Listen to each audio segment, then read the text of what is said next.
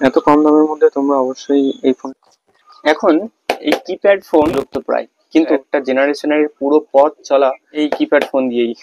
এটি হচ্ছে Nokia 105 model. এটার যে ফিচার্স গুলো রয়েছে, ওয়্যারলেস এফএম রেডিও, অর্থাৎ হেডফোন কানেক্ট করতে হবে না, আর রেডিও তোমরা শুনতে পাবে, আর 12 ঘন্টা থেকে 22 দিন পর্যন্ত এটা talk time, standby time আছে, 1.8 ইঞ্চি ডিসপ্লে রয়েছে, 2000টা কন্ট্যাক্ট রাখতে পারবে, 500টা এসএমএস থাকবে, এবং মাইক্রো ইউএসবি এবং গেমস অনেক কিছু আছে, এলইডি টর্চও আছে, দেখতেই পাচ্ছ। আর এটার প্রাইস 999 টাকা, কিন্তু এটা নিয়েছে 1200 টাকায়।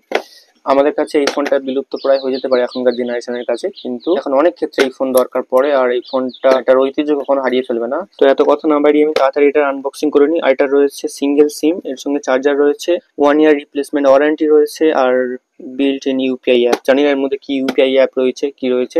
1 ইয়ার রিপ্লেসমেন্ট ওয়ারেন্টির মধ্যে কিন্তু কন্ডিশনস আছে। যাই হোক, আমি এটাকে জাস্ট খুলে নেবো।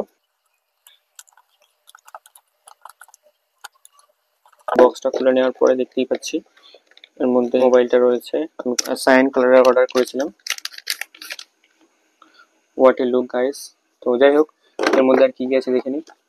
এর মধ্যে রয়েছে চার্জার, বাহ খুব সুন্দর, চার্জারের কোয়ালিটিও খুব সুন্দর, আর তারেরও সত্যি কোয়ালিটি অসাধারণ।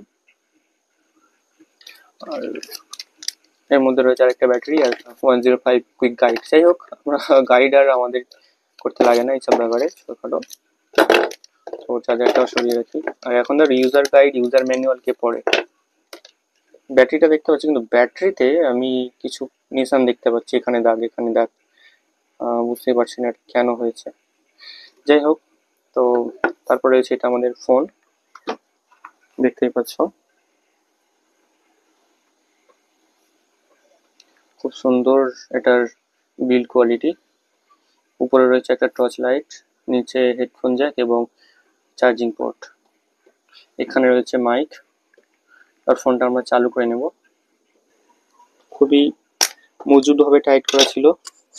এটা খোলার পর দেখতে পাচ্ছি একটা সিঙ্গেল সিমের স্লট। আর তারপর আমরা ব্যাটারিটা এখানে ইনসার্ট করব, করে কভারটা বন্ধ করে জাস্ট চালু করে দেবো।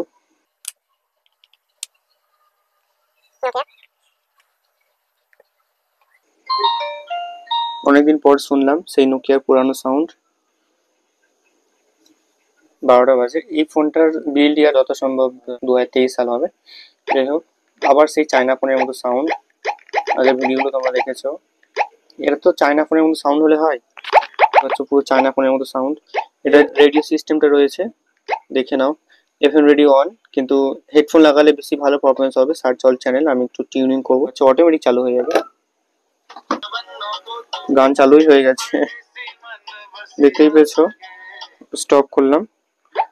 সেই পুরোনো নোকিয়া সেটিং, একবার প্রেস করলে আবার সুইচ অফের জায়গাটা চলে আসবে। এই যে এটা ডবল ট্যাপ করলে লাইট।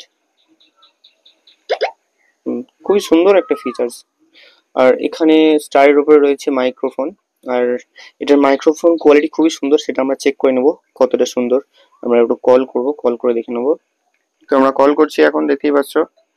তো কলটা রিসিভ করবো, দেখি কেমন সাউন্ড আছে। হ্যালো, কেমন আছো?